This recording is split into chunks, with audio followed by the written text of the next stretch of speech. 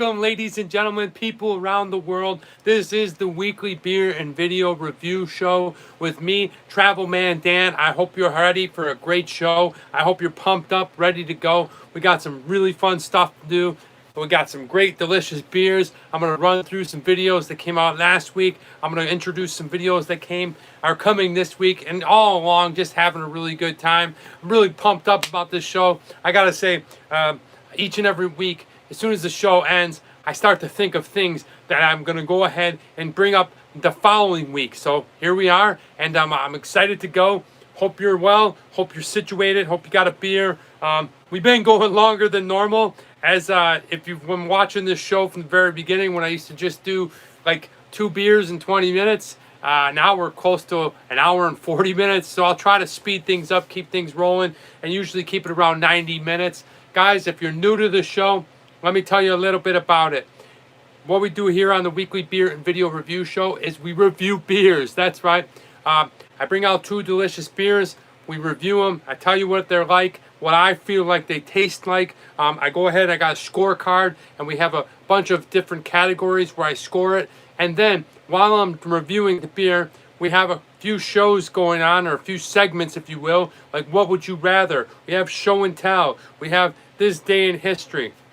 Then I preview next week's video coming out on the channel, and I talk about the video that came out last week on my channel. So if you're new to the show, thank you so much. Get ready for an awesome time. If you're reoccurring and you come here each and every week, thank you so much for your support. I'm so pumped up that you're here. I see Jen's in here.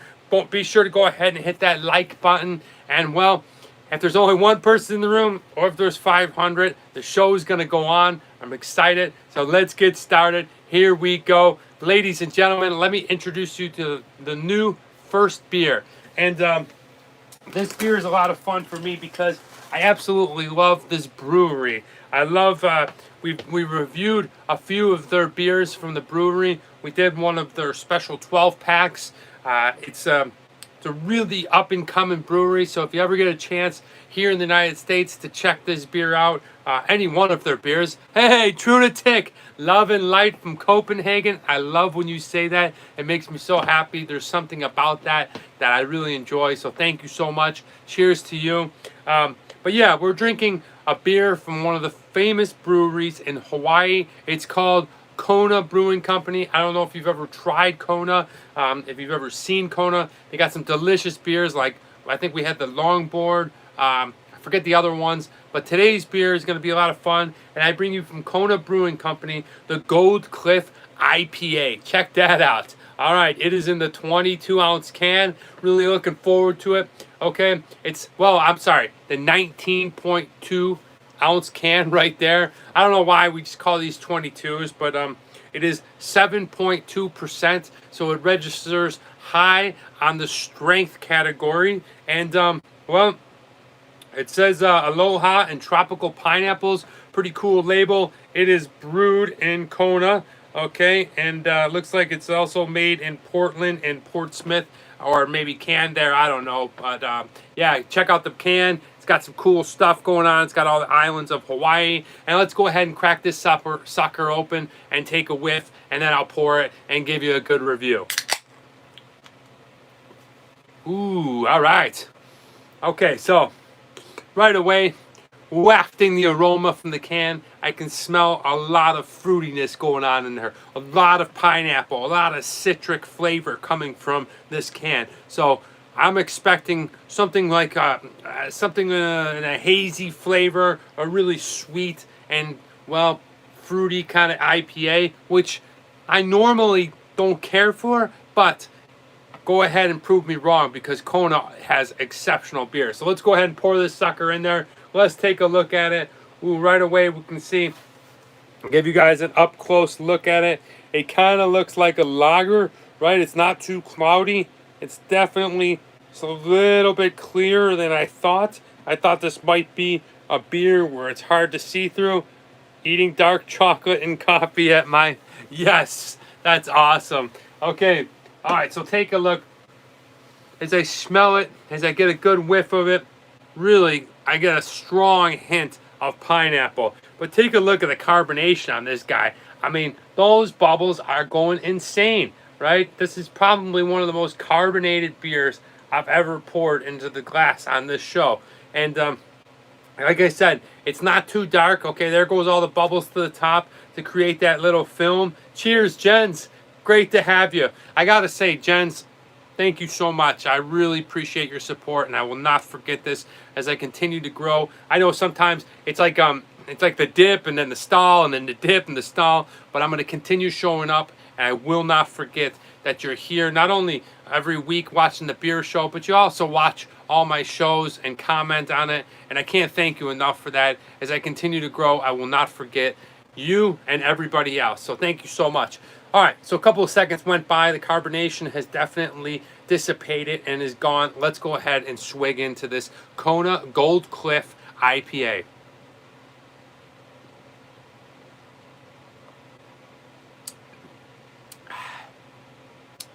Thank you, man. Wow. Okay, not bad. Not bad. All right. What I a lot more of the hops that make up this IPA. Much stronger than the taste in this beer. It's really it's clean. It's complex in terms of, well, you do taste a lot of hops. It's got kind of a chalky aftertaste, if you will. I'm trying to get my finger and my taste buds onto it. But yeah, overall, not a bad first sip. I thought it was going to be a lot more fruity, and I definitely am already enjoying this Gold Cliff IPA. So let's pour the rest of this can in there and get this sucker going.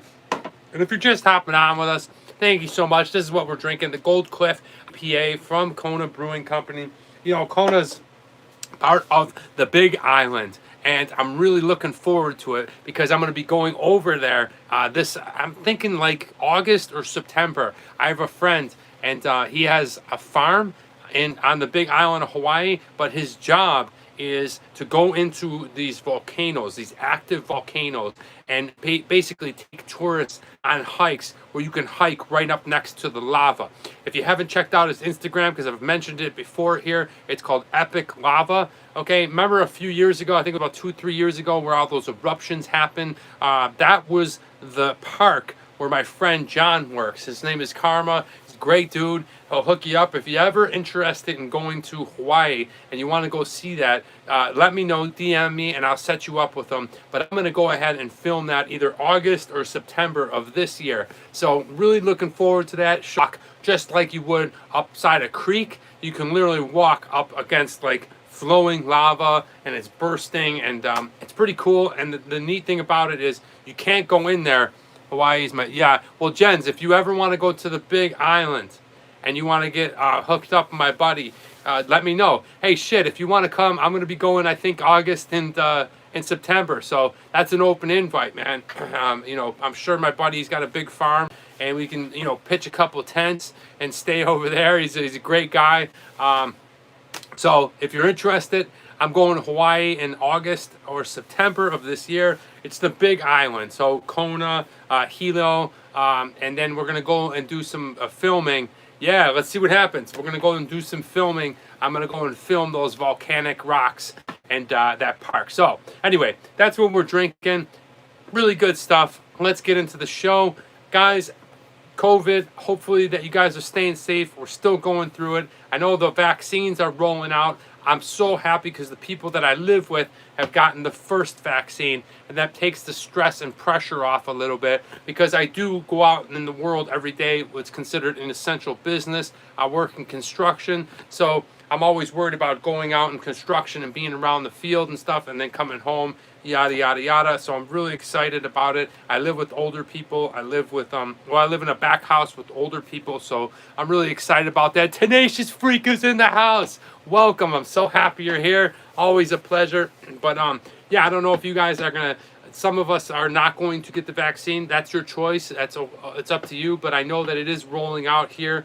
One thing to keep in mind is, you know, the healthcare workers and frontline workers here in the United States, they get their vaccine first, right? That's probably the best thing to do, right? Get these people that are dealing with it every day. I know my buddy actually works at a station where he just, like, it's a drive-up station, and checks the paperwork, and he injects people, and then they're on their way. Hi, Aquanuts, welcome to the show. Yes, thank you so much. All right, good to see you. I got some regular folks here, and listen, thank you so much. I mean, this is going to be on the replay. That's cool. People get caught up, but you guys always show up, and I'm gracious for that. Gonna have a beer, but I gotta mumble. Can't decide. Oh, no problem. Enjoy whatever beer you'd like. So what I was thinking is, how about all these people that are in third world countries, these frontline workers, these nurses, these doctors, the healthcare professionals, the people that are dealing with COVID. You got to kind of feel for them, because they don't have the supply that first world countries have, especially the United States, because I know here in California they're running low, but you got to think in some parts of the world, especially I was reading an article on the continent of Africa and the healthcare workers there. And so, you got to go and think about it, how lucky we really are to live in the situation we are, because without our frontline workers and our healthcare workers being vaccinated, it could continue to get worse. So anyway, I'm not going to dwell on that. Prayers to all those out there that are suffering. Prayers to the people that are trying their best to get through this. I know it is going through a lot of fatigue, and people are frustrated, and things are, they're not back to normal. And, blessings to those people that are out there helping us, because without them, man, it would be a lot worse. It just would. It'd just be the infrastructure of this thing. There's no rhyme or reason. We don't know. And good thing that each country, people around the world, have good doctors, nurses, and etc. So hopefully we can get the vaccine to them first, no matter what. Anyway, don't want to dwell on it. Want to keep moving. Guys, I want to talk about the video that came out last week. I don't know if you guys saw it. Maybe you were happy. As you can see, I'm clean shaven, okay? I have shorter hair, okay? But that video was done at the early part of the pandemic. I don't know if you guys remember, I had the big beard.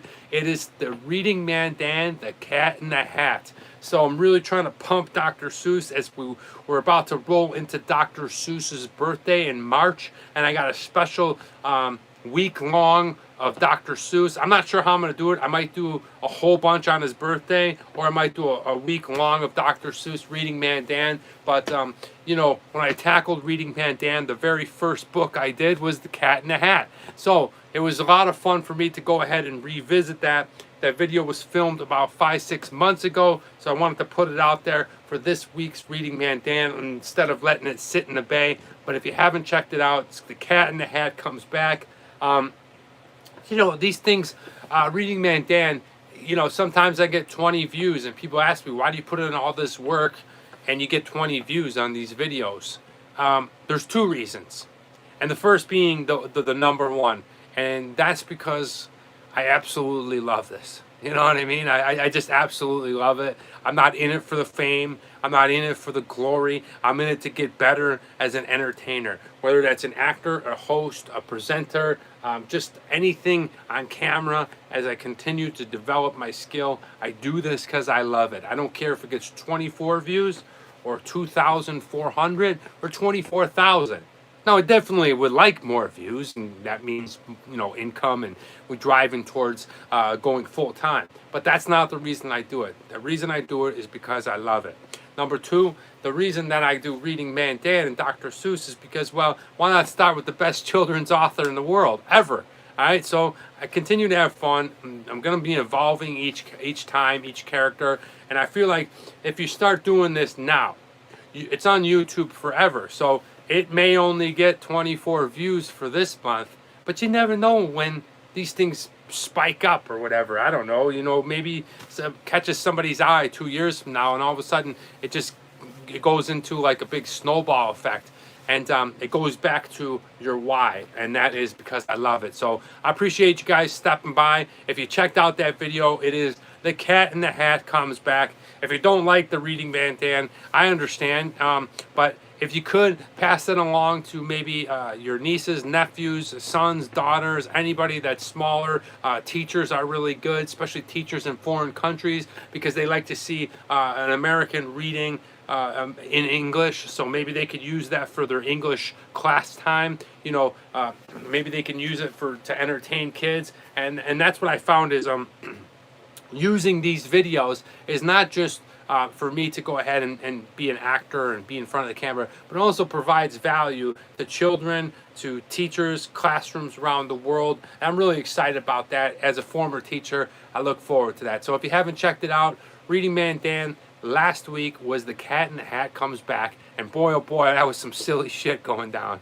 All right, guys. All right, this is what we're drinking right now. We are drinking, for you freaking Aquanuts that haven't hopped on a little bit later, we are drinking the Gold Cliff IPA. Delicious first sip.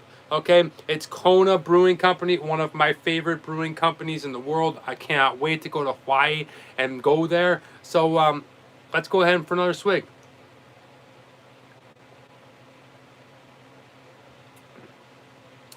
Yeah, it's got a really, really good taste. I mean, you know, we talk about this a lot here. Sometimes the IPA can get a little overboard and fruitaceous, if you will. It can get a little too fruity. I like your standard IPA. Cheers to you, Tenacious Freak. I like a little standard IPA taste. A little bit more of a hoppy flavor. A little bit more of that kind of zing of a tree. That kind of flavor that brings in that pine taste. But the way that Kona has this one is really nice because they've added just the right hint of a pineapple. There's not a lot of crazy grapefruit flavor that I don't taste. There's no strawberry, peaches, apples going on there. I taste only grapefruit and something like the grapefruits over here and then the hops and then they meet and oh my, they love each other and they just mix in there just perfectly and they condense and they go down, they wiggle, and they definitely try out a nice beer. Gonna try the Yakama IPA. All right, is that Japanese? Hey guys, I want to bring something up real quick as long as I got them here. I didn't do it last week. I just get so excited and it was in my notes and I overlooked it, but I want to go ahead and say Tenacious Freak last week had a birthday.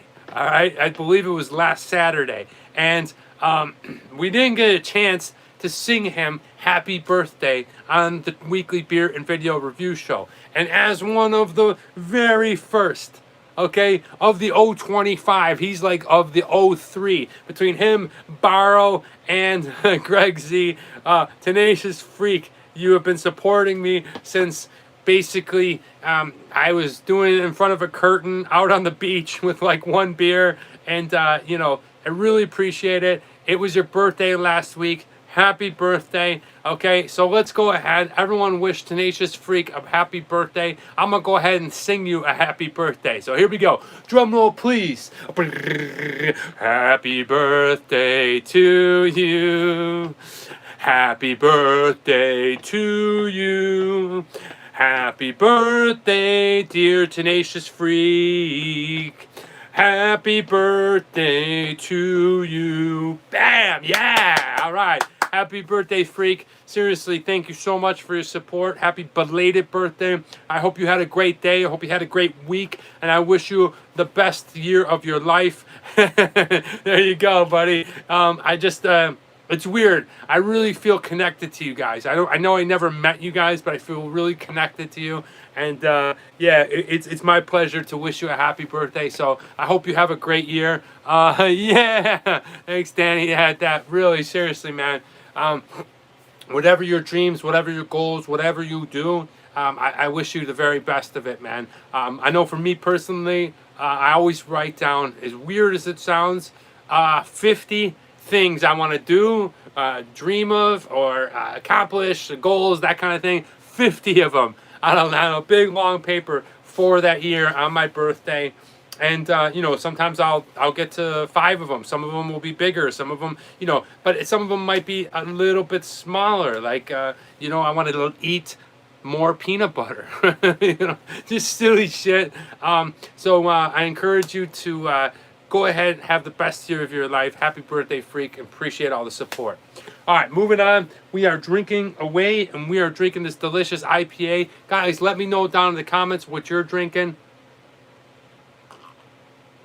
This thing is really good, and wait until you find out the score of this guy, because already I just absolutely love two things on it. I'm not going to tell you what it is, but I absolutely love it. So moving right along, in the United States, this month is Black History Month. Okay, this is where we celebrate the African American heritage, the people that have made this country great, that have accomplished amazing things, that have gone on and become icons, and not only just on this month, but throughout our history. So, guys, I want to bring up a couple of people each week that, well, they're not as famous, and people may not have realized it. Hey guys, I just realized how long my neck looks. My neck isn't really that long. It's just this low collar, right?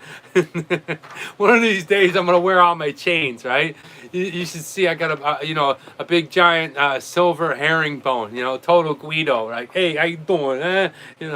But this shirt really, this is my buddy's shirt. Big dog, okay? He's an actor. He's a British actor. He's fucking huge, right? Excuse my language, but this is his shirt, and he's got the collar down here really low, which makes my neck look really long. My neck, I don't have a long neck. I'm not one of those long neck people, but definitely this shirt is making my neck look long.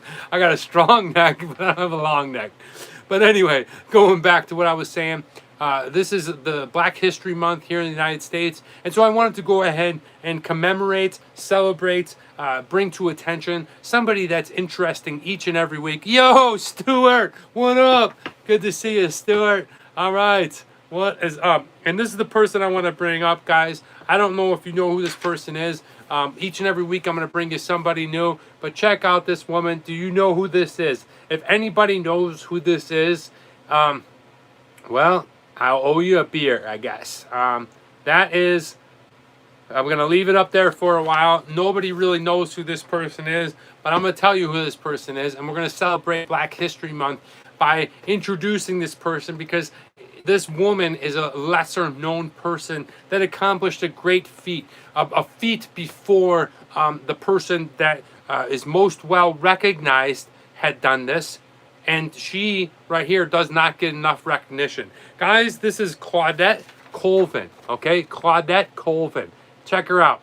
All right, she was born in 1939. Have we got to the shot set? No, we have not, but we can. All right, because it is Super Bowl, so I will be. She's not an entertainer. Okay, Claudette Colvin was born in 1939, and she's still alive. Okay, here's why she is famous and significant, and this is why we're celebrating her here in Black History Month. Before Rosa Parks refused to give up her seat on a bus in Montgomery, Alabama in 1955, you guys all remember Rosa Parks, there was a brave 15-year-old who chose not to sit in the back of the bus. That young girl was Colvin Pouting. Her constitutional rights to remain seated near the middle of the vehicle. Colvin challenged the driver and was subsequently arrested. She was the first black woman to be detained for her resistance. However, her story isn't nearly as well known as Parks. All right, so take a look right here. Claudette Colvin, right? This woman right here at 15 years old was sitting in the middle of a bus, and the bus driver told her, sit in the back. Sit in the back. Can you imagine that? Hi, Calvin. Good to see you here. Can you imagine that just alone, just because of your skin color? And Rosa Parks was very famous because of her standoff in 1955 in Montgomery, Alabama. But this woman right here, Claudette Colvin, she refused to sit in the back of the bus because she was in the middle of the bus, and the bus driver went bananas, probably pulled the bus over, caused this big sting, and she was subsequently arrested. She's not as well mentioned or maintained, brought up as much as Rosa Parks, but she was actually the very first woman. She's still alive, and let's salute Claudette.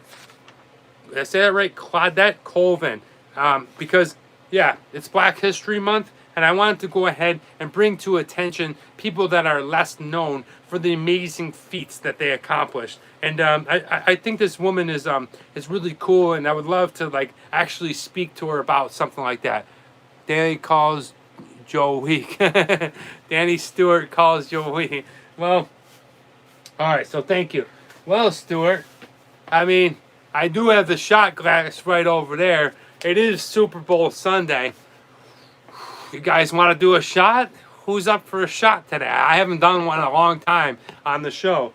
I'm up for it. If you guys give me 5 thumbs up, and I'll bust out a shot. But until then, let's continue on. Okay, tequila. I could do tequila. I got some delicious tequila, actually. All right, there's one shot. I know Stewart's on the shot. Look at this. Freaks in for the shot. Okay. Aqua Nuts. I think we're doing it. I think we're going to get one down. I think so. Oh, baby. All right. All right, we're going to do some shots. Guys, let me know who's here. We're missing a lot of the regulars, okay? All right. Daddy, Travel Man Dad. Okay, I don't know where he's been. I called him this morning. Okay, he's non-existent. All right, hands up. All right, okay, so we got the blue glass. What are we drinking? What are we shooting? What are we having a good time with? We're going to be doing this one right here. The tequila was called for Don Romero. Let's see if we can get Pops on the line. Hey, Siri, call Pops on speakerphone. All right, we're going to see if we can get him on the line.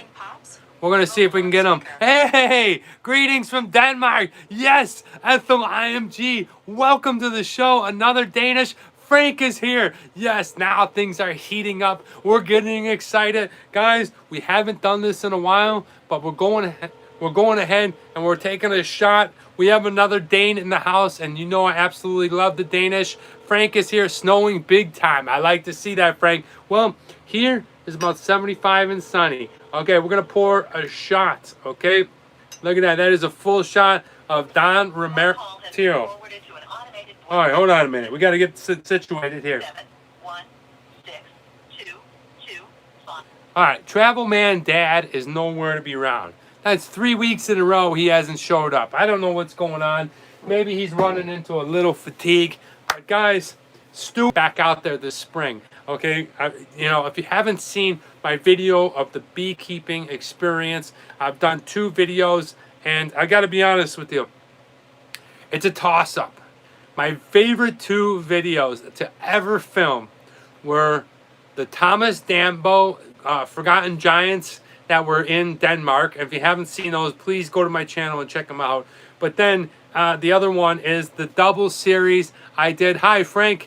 I did with Stuart and his crew, and I absolutely loved it. I met Stuart at a museum. He told me he was a beekeeper. I said, let's do it. 3 months later, I was there, and I just, Stuart and me are good people. We're aligned people, okay? We believe in the same thing, and I had such a great time. It's probably my favorite episode ever. So shouts out to you, Stuart. I'm still drinking the honey. I'm still eating it, okay? Cool video, hunting giants, and must see. All right, here we go, guys. Some little tequila.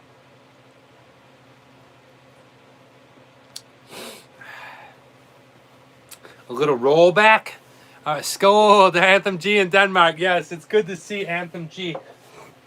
I love that the support I get from the Danish. I really do. I mean, because I'm hoping to get over there as soon as this thing is all swelled over. I'm hoping to go over there, and I'm looking to stay, at least a couple weeks, maybe 2 weeks. Definitely going to go see Jens up in Norway, and I want to see my friend in Sweden and Finland. So I'm looking to go up to Scandinavia for a good 6 weeks. So no chocolate shot, they're over there. I'm saving them for the game. I'm bringing them out for the Super Bowl. Yeah, so anyway, moving right along. We just did the shot at Don Romero. It was delish. Now let's continue on with the show. Guys, today is the Super Bowl. Sounds like a good trip. Yeah, Frank, it's awesome. So we just got to make sure that everything's safe. I don't want to travel half-assed, you know what I mean? I know there's a couple of YouTube travelers out there, I think Drew Binsky, and he's been to like 198 countries. I miss your family. Yeah, me too, Junatic. I don't know. They must be busy. But here's the thing about that is like, these guys are very well established. He's been doing it. Who asked? Whole asked is the only. Yeah, don't we fly by the cedar up? Yeah, exactly. I love. That's it, man. Because I have so many other things to do, and Drew Binsky is also a very popular YouTuber, probably the most popular travel vlogger, and so he gets paid to do this. He gets a lot of money. He's full time. I'm just not there yet, you know, and that's okay. I do the traveling that I can do, and I bring a different aspect to it. But once I get a chance to do it, I promise you, I'll be going everywhere. So, moving right along, I see a bunch more people hopped on. Thank you so much. This is what we're drinking. We are drinking the Kona Brewing Company Gold Cliff IBA. Nobody likes a... Yeah, all right, found a new sign. Yeah, this is delicious beer. Mixed with the shot. It's got a little punch to it. It's got the perfect little nip to it, right? A little nip of pineapple flavor mixed in there with them juicy hops. Absolutely loving this beer. Moving on, guys. The Super Bowl today. The Super Bowl, the Super Bowl, the Super Bowl. The biggest game in history each year. Wait, is that right? No, the biggest game each year. Here in the United States, the Super Bowl, it is between the Tampa Bay Buccaneers and the Kansas City Chiefs. Now, here's the dilemma, because I've been asked this a lot. I'm even getting some shit for it. You got the Kansas City Chiefs, who just beat Buffalo. So if they didn't keep that beer, oh, you're not into the clean Chapel Man, Dan. All right, well, I'm gonna grow the beard again. Don't worry. Okay, so here's the thing. We got the Kansas City Chiefs, right? They beat the Buffalo Bills. They definitely won last year. And then you got the Tampa Bay Buccaneers. And the storyline for the Bucs is really cool. And it puts me in an interesting position because as a Buffalo Bills fan, Tom Brady got his old pal Rob Gronkowski also to come out of retirement and join the Bucs. And they beat us, I think it was like 23 times out of 26 for the last, 19 years. So we definitely don't like Brady.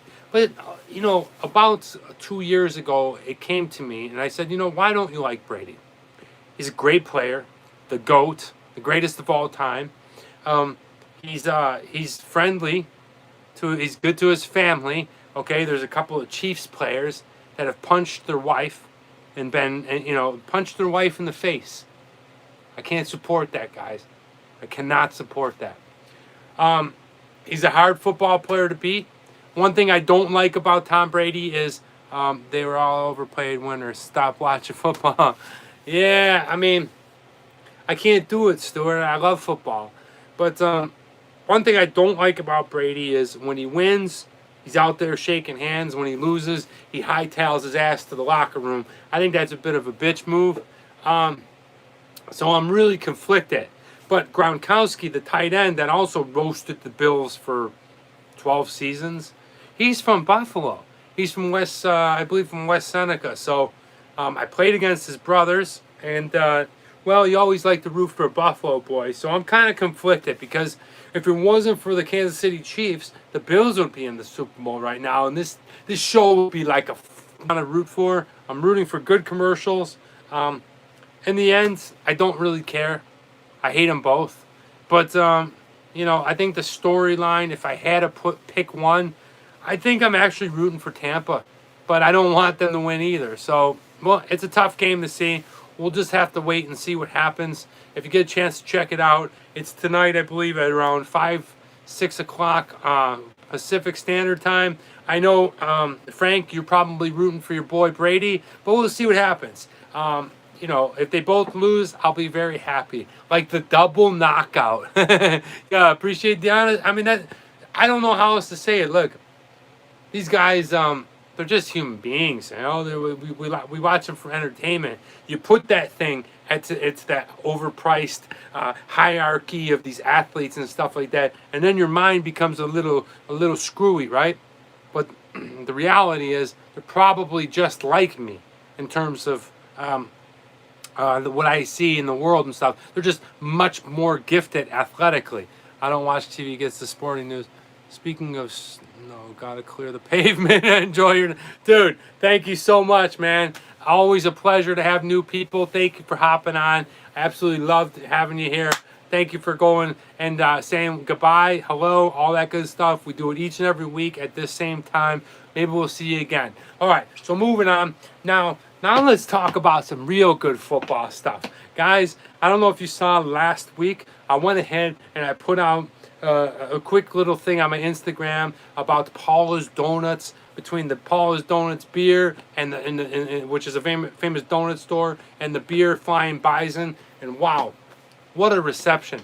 What a reception. First of all, I got a letter from Flying Bison that personally invited me to the brewery to come and film. Hell yeah. Big time win for Travel Man Dan. So when I go back to the summer, I'm really looking forward to going into the brewery and filming. So thank you so much. I think we talked about this already. But also, I know this seems kind of weird. It seems kind of like kiddish or weird, but like imagine you as a young kid, impressionable. You have your icons. See this in the movie, Brewery Man Dan. Yes, Brewery Man Dan. That'll be awesome. And you have your people that you look up to. Well, my person that I looked up to more than anything was Thurman Thomas. I was a baseball and a football player, captain of the football team at high school. I played running back. I just really looked up to Thurman Thomas during those years as the Bills. Yes, okay. But so when I posted that wearing the jersey, guess who fucking hit me up? Thurman Thomas. I couldn't believe it. I couldn't believe it. And if you watch the full video, I talk about the story where I met him. It was just so nice to get a tweet or a retweet or whatever the hell you want to call it from Thurman. And I was so pumped up about it. I was so, any boy that follows sports, especially when you're like 12 to 16, you're really plugged in. And to have Thurman Thomas go ahead and acknowledge me and then direct message me and post it and repost it was such a...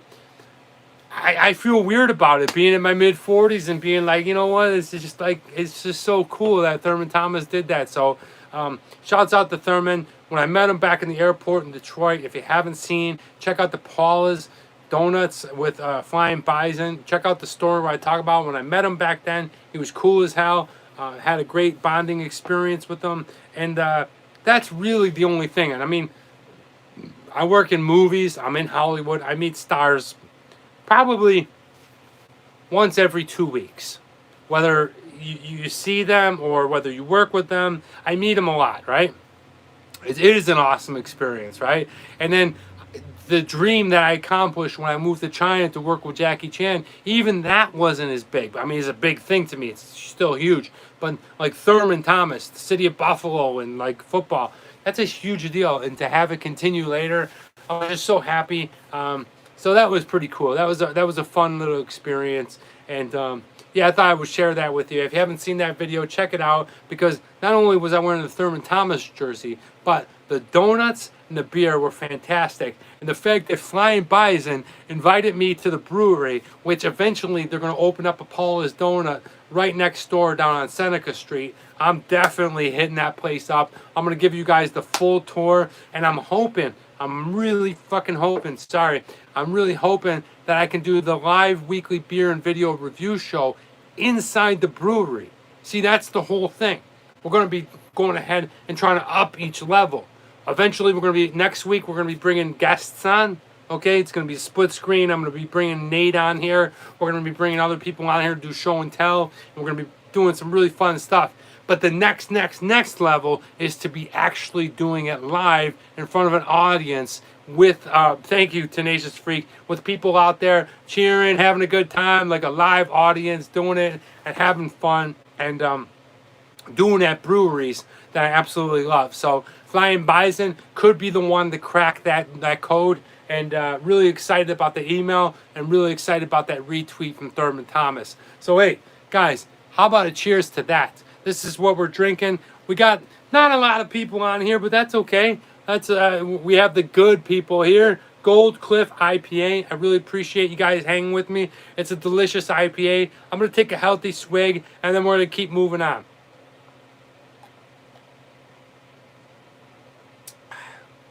Really nice. Thank you, Jens. Cheers to you, TM. Sorry. Cheers to you, Jens. Cheers to you, Aquanuts. All right. Now, I want to talk about some money spent well and money not spent well. I don't know if you guys know who this guy is, but his name is Little Uzi Vert. Okay, super cool. Thank you, Drunatic. Little Uzi Vert is a rapper. Sounds like you have a great week to celebrate. Yeah, Frank, I'm like flexing all the time. Yeah. No, it feels good, man. It feels good. Little Uzi Vert is a rapper. This dude had an implement. I don't know, what do you call them? Implement? Implantation of a diamond in his forehead. I don't know if they drill into the skull or if they go into the skin like this, but he put a diamond, it's like this big, of $24 million into his forehead. I mean, can you think of a better way to spend money than to put a diamond, implant it in your forehead? Good for you guys. That sounds like a good, yeah. I mean, I just can't. I can't think of a better way to spend $24 million. You know what I mean? Of course, the gold teeth and the chains. Look at my chains. Look at my trip. Look at my whip. Look at my You know, just unbelievable. When I see that stuff, good for you, Little Uzi Vert. You put $24 million diamond on your forehead. I don't know if they drilled into the skull and it's screwed in, or if they drilled here, but go ahead and Google it. Check this dude out. Total rapper, only in America. Good for you, buddy. All right, moving on. It's time for show and tell. This one is fun. This one, hi, Barrow, welcome. Okay, guys, welcome Barrow to the show. Look, Barrow, I feel you, buddy. Sounds like a stupid thing to do.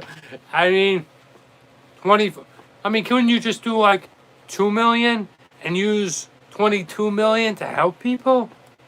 That's what I'm saying. But anyway, who am I? Guys, welcome Barrow. Guys, let's give a big warm welcome to Barrow. He needs our support. He needs an inspiration, a lift up. He's had some really dry weather there in northern India, and it dried up his crops. Barrow, we are praying for you. We are supporting you, brother. We know it's a struggle out there. Hang in there. Stay tough with it. I know things aren't turning out to be the way that you expected, and it's a sucky year. But, buddy, I tell you, with the person that you are, the good spirit and the nature that you are, things are going to turn around. And, everything is going to work out all right. And I wish you the very best. Blessings to you and your crops. And, well, you joined at a perfect time because we have a very fun show and tell. All right, and I am shaking it up. Okay, show and tell will eventually be. You're welcome, Barrow. Barrow, I really mean that. You know, I would tell you personally, and if I could help you more, I would. But shake it up. I really mean that. Nate is in the house. Welcome. We can send him a gift, maybe. Please do. You know, Barrow is having some tough times. So, you know, if we can pool together as a collective group and send him a little coin, you know, I think that would be the best thing. I'm not asking you to send him hundreds of dollars, but if you can, whatever you can spare, Barrow needs our help. He's in a tough situation. We'll do our best, pal. We're here to help each other. You know, if I got to skip a meal, Barrow, I would help you.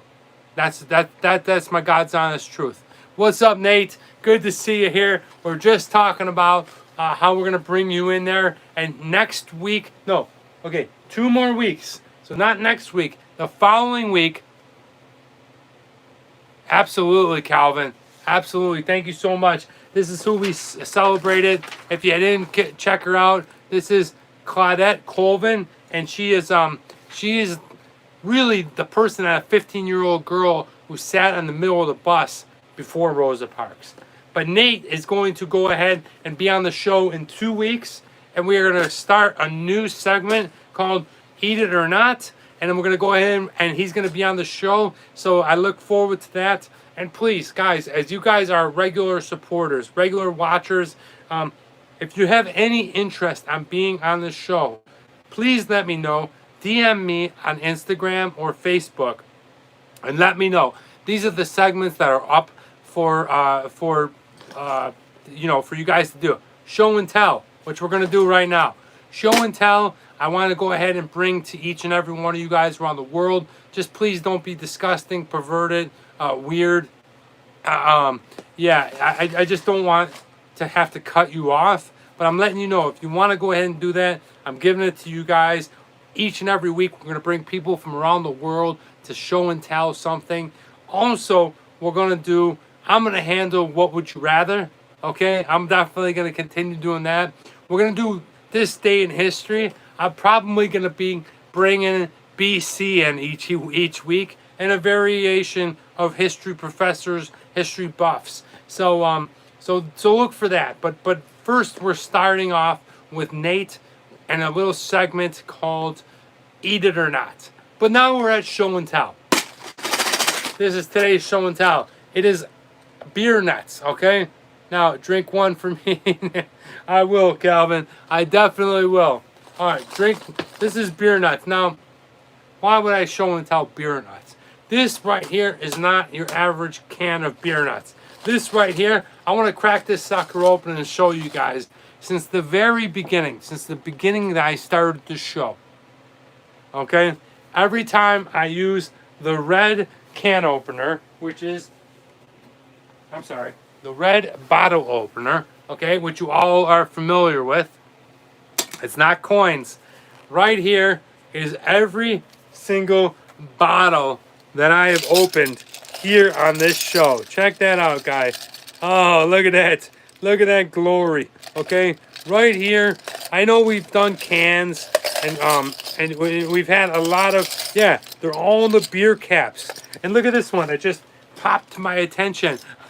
This is the Kona Brewing Company. Remember we did this one, Longboard, which is what we're drinking right now. Okay, this I've been keeping. Beer nuts. Yeah, remember those bottle caps, candy? Yeah, this is every bottle cap that I have done. Remember this one from last week? Okay, that weird ANGKOR. So, a lot of fun. Got some good ones in here. I'm trying to find some other really fun. Okay, we have this one, Red Al. Okay, just a lot of cool things. And I'm going to go ahead and I'm going to use these bottle caps to go ahead and decorate. What a trunk. To go ahead and decorate the Travel Man Dan new studio bar. It's gonna be like a bar, and I'm gonna figure out a way to nail them in there so you can see. And I thought I would show that to you. Let me pull it back and bring out another one. How do you know account for the Don Julios and the bourbons? well, I'll be honest with you. We don't drink Don Julio. We drink Don Romero. Don Julio will mess you up. Okay, but I don't. Those are a toss-up, Frank. Those are definitely a toss-up. Remember we had this one, the Angry Orchard. Okay, each and every one of these things can be followed back to the actual bottle. Look at this one. I don't even know. Oh, this is one of my favorites. I think Warsteiner. I confused the dot. No problem, Frank. No problem. So yeah, that is show and tell. And guys, if you have something that you want to share on show and tell, please DM me, because after the 16th, so following, I got the software. I'll send you, basically how it works is I'll send you the link. When it's time for the show and tell, I click on the link and boom, split screen. So over here is Frank talking about whatever he wants to show, and then I'm talking to him, and then we could do this thing, and or Tenacious Freak, or Aquanuts, or Junatic. Yeah, so definitely, if you're interested in doing it, I have a stupid question for the people that are allergic to hops. What's your recommendation? Hard liquor? Well, Stuart, yeah. If you're allergic to hops, I definitely suggest that. All right, guys, moving right along. Well, that's okay, Junatic. If you don't want to do it, that's fine. No problem. Like, there's no pressure. You know how we do it. But I want to go ahead and bring not only the people that watch the show part of the show. Obviously, Nate is one of the favorites, and BC is definitely a legend. Lithuania, yes! Oh, that's awesome. I miss you too. Welcome. Thank you so much. I can't believe it. I have one of my Lithuanian viewers. Thank you. Is it? I tell you what.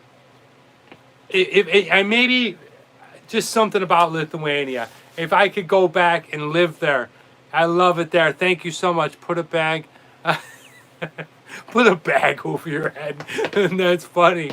But yeah, you could do that. You could wear a mask. All right. Hello, Lithuanian. Thank you so much. I love the Zeppelis. I love your country. Thank you so much for joining us. We have Nate is going to be kicking it off first. But guys, if you're just hopping on, this is what we're drinking. It's good stuff. And we're about to get into what would you rather. Okay, the Kona Brewing Gold Cliff IPA. All right, now I'm going to go ahead and drop down the what would you rather. Here we go. What would you rather number one. Now, please, you can go ahead and put your comments down here. But the best way to do it is wait till the show's over. And it's so good, Frank. And wait till 7.2, Nate. Wait till the show is over. And you're going to love it when I review it. Wait till the show's over and give me your 5 what would you rathers. They'll always be down in the description. And I hope that you can go ahead and answer. So here we go. What would you rather? All right. We're going to, oh, Canada, my home and native land. All right. We're going to Canada, guys. What would you rather? Would you rather go to Toronto, one of the huge metropolitan cities of the world? Or would you rather go to Vancouver, one of the coolest metropolitan areas with all the little islands and all the hipsters and all the cool stuff going on out west? That's a tough one for me, but I think I got it nailed down. I've been to Toronto probably about 50 times. I used to go up there. I almost married a girl close to Toronto, so I would go up there almost every week. Probably every day, every other day. But for me, I've never been to Vancouver. Yeah, same here, Nate. So I'm gonna go with Vancouver. It just seems like a cool spot. Something about the the western part of Canada seems interesting. Neither Regina. Ooh, he likes it. The Regina. That is I believe that's above Calgary, right? Okay, I know Stuart hangs in Canada much, or he hangs on the border. I would wear a bag. Freak. They have snow in Vancouver. I believe they do, yeah. I think Vancouver, like the city provincial, like the actual downtown, I don't know how much snow they get, but I'm sure that the mountains around it get a ton of snow. So for me, I've been to Toronto many times. And that's okay, I'm a Vikings fan. And awesome, Calvin. And to be honest with you, Toronto has one of the best street hot dogs I've ever tried, because they have all kinds of crazy toppings. You can put cream of corn on a hot dog. I know it sounds weird, but cream of corn on a hot dog is phenomenal, okay? With a little salsa relish, beautiful. This is chef. All right, so for me, it's got to be Vancouver. Number 2. All right, here we go. What would you rather? Okay, now this one's got pictures.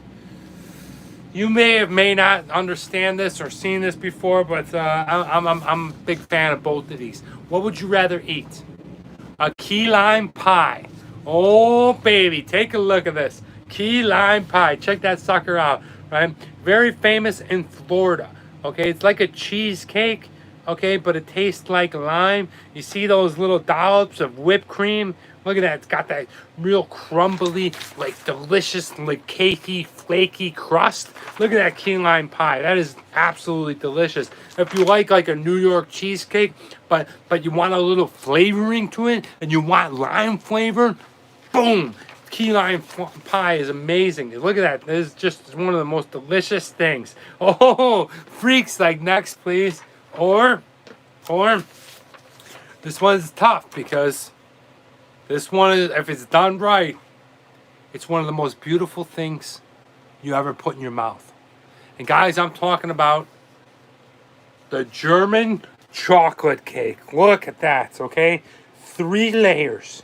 Cakey, flaky, beautiful chocolate deliciousness. And then over here, I don't know what this cream is. I don't know what that cream that it makes up their frosting is. Frank likes the German cake, but then it's got flakes of coconut and then a little sprinkle like Salt Bay of a little bit of walnuts or something. Wow. Oh my gosh, what are you gonna do? Stuart likes the key lime pie. Tenacious Freak likes the German. What are you gonna do? Oh my gosh, it's a tough choice. Both are delicious. I've had this one many times. It is slamming. Leaves you with like it's hands down chocolate. Okay, all right, looks great. Yeah, both of them are delicious, right? Let's not put that into the stratosphere that they suck, right? Because they're both very good. But most people that are liking the chocolate like this one. And the thing about the German chocolate cake, milk, brown sugar, egg yolks, and vanilla. I mean, so I'm guessing Mr. Messick wants the German cake. But take a look at this thing.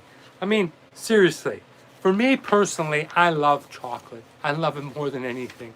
Okay? I'm not married. I don't even have a girlfriend. What do I rely on? Chocolate.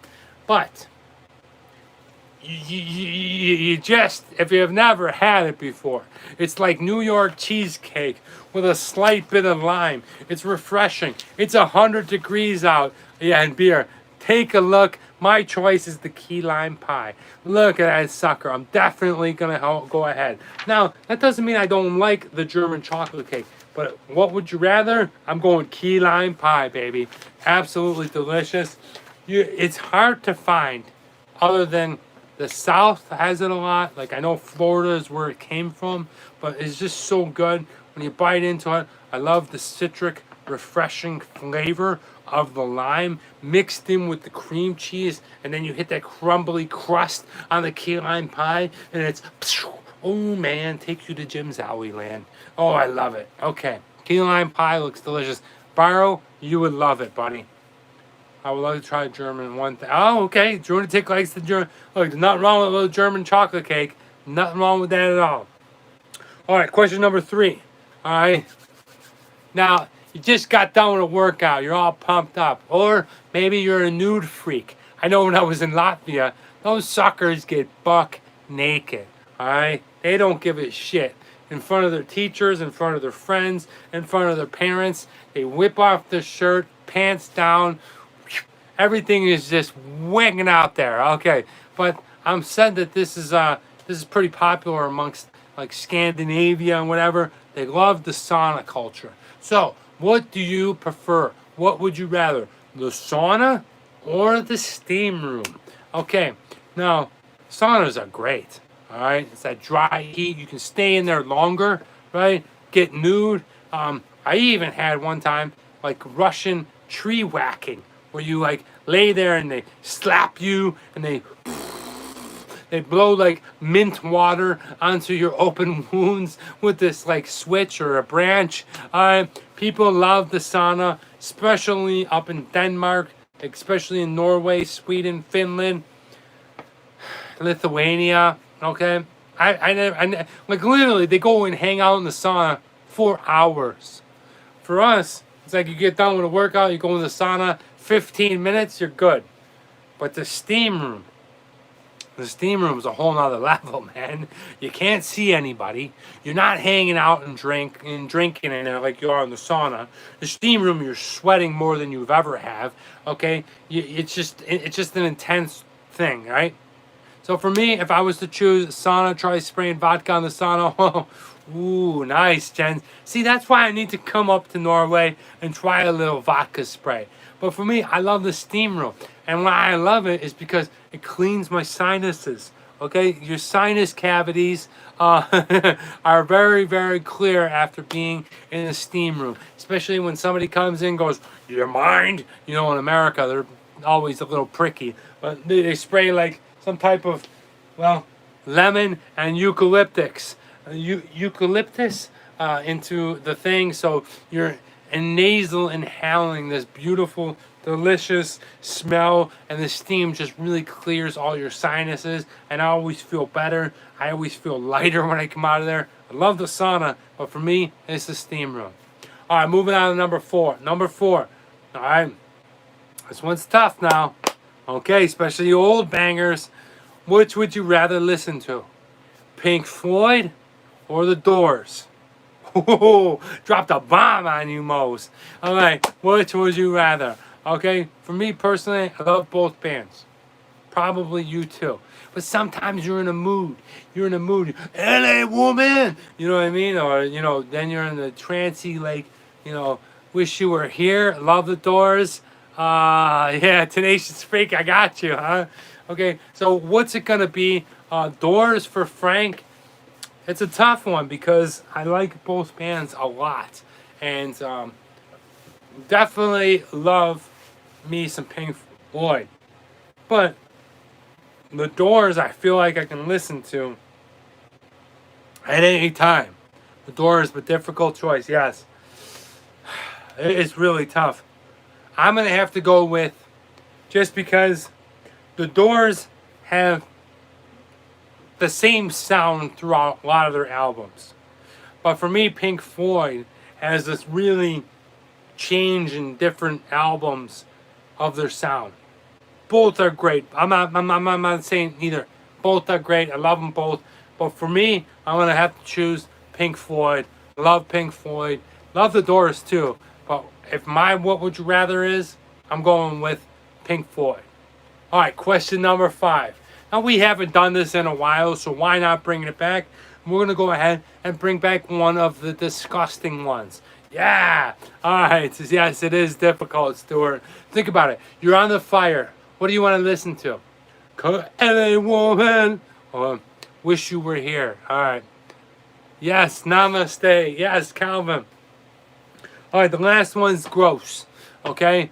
I think we might have lost some people because of the gross ones, but those who are attracted to this fun stuff are still here, and I'm going to bring it back right now. And here it goes. All right. You got to sit in a room, okay? You got to sit in this. It's 100 degrees, and you got to sit in it for 24 hours. Where are you going to choose to sit into, okay? Are you going to sit into a porta potty, a Johnny on the spot, a mobile bathroom? The toilet seat's been lifted. It's been at a construction site for 2 weeks, never been cleaned. But you got to sit in it, right? It's a little porta potty, and you're just sitting in there. You got to sleep on it. Maybe you're leaning against it, okay? But the smell, you can see the blue water. You can see the waste build up, okay? It's just fumigating. You might even pass out. You're probably going to get high from all that methane, from all that dirty sewer. Think about it. You don't like to go into a porta potty for more than 5 seconds. It's a hot and sunny day. It's 100 degrees. You've got to spend 24 hours there. The toilet seat has been lifted. Okay? So that means you can't close that hole down below. So whatever's down below the last 2 weeks of construction work is just fuming and growing. I think you'll be dead. Yeah, you might pass out. You might knock out for a few hours. You got to try to sleep, right? Because there's not much room to go. You can just that's it for a porta potty. Or would you rather spend 24 hours in a slaughterhouse? Okay? A slaughterhouse. I mean, just like animals skinned, blood dripping down. There's some other animals over there on that table. Okay? Thanks, Jens. And they're ranches. They're raunches. They're smelling. You can't stand it. They're just, if you've ever smelled anything dead, from a lizard to a deer to anything that's not been attended to. 100 degrees. It's all warm inside. You're in this little bit bigger area, but it's definitely still just as raunchous. Yeah, a lizard on the bottom of the aquarium stinks. Okay, and I'm talking about being in a slaughterhouse, like full-on animals just smelling 100 degrees, flies, fumes are just hitting you, and you got to try to sleep, right? 24 hours, you got to try to sleep. Which would you rather? Well, that's a tough one for me. I'll be honest with you. I don't like the smell of death. I don't like the smell of animals after they've been sitting for a while. Slaughterhouse for Martin. What's up, Martin? Good to see you here. But I don't think I could sit in a porta potty for 24 hours. Gonna pass out. I don't think I could sit in a porta potty and do that for that long. So I'm going with the slaughterhouse. I'm not around the day. Look at everybody chickening out on a what would you rather. I love it. I freaking love it. I'm going with slaughterhouse. That's my what would you rather, guys. Thank you so much. Hold on a minute. I gotta go run over there real quick. Somebody is calling me. Give me 2 minutes. I'll be right back. I'm gonna sip the rest of the beer. I'm gonna give it a score, and we're gonna round out the show. Hang with me. Let me know.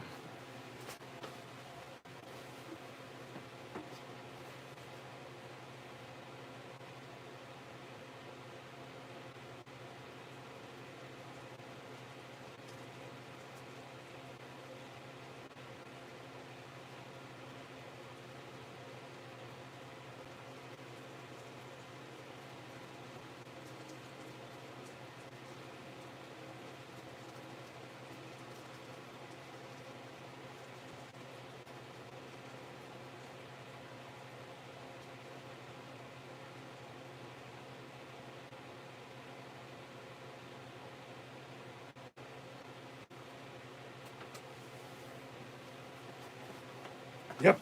All right. I'm back. What did I miss? Anybody okay, guys? Thank you so much for hanging with me. We're going to round this show out. I had to take care of my neighbor. He's got a lot of coffee machines now. Always wonder what's behind it. There it is, guys. But don't worry. We got cappuccino. Frank, whatever you want, I got you. All right, this is what we're drinking. We're drinking the Kona Brewing Company Gold Cliff IPA. Delicious beer. I'm going to go ahead and swig it down and let you know my score.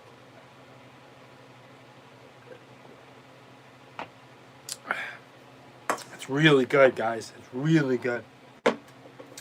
I like it a lot. I'm going to get right into the scoring. We're still using this scorecard. Taste. All right. I'm going to do a little bit faster because I want to get in the second beer and I don't want to shortchange it. The taste, beautiful, right? Still need to get stung by the peas and the nuts. Stewart, I'm ready, buddy. I don't want to get stung in the nuts, but I'm ready to come out there and enjoy the time with the peas. All right, here we go. Kona, unbelievable. I love the brewery. The taste is delicious. They add just the right amount of IPA to the flavor of the fruit. Sometimes you get these really fruity IPAs. It takes it off a little bit, especially something about the grapefruit and the hops. I like it, but it's not great. Now, this hint of pineapple with the IPA hoppy flavor is perfect. They complement each other exactly the way that I was looking for, and I'm definitely impressed. And I'm going to go ahead and give it a score of a 4.0. Price. Now, check it out, guys. This right here, this is 19.2 ounces. So almost 2 bottles of beer. Now, I bought it on sale for a price of 3 for $7. 3 for $7. So do the math, okay? I'm gonna go ahead and do the calculated math. All right, without the tax. Let's check it out. All right, let's check this out. That is some cheap ass beer, right? So we have 7 and then we have 3. Okay, that is $2.30. Are you kidding me? $2.30. That is super cheap. That is delicious beer for a super cheap price.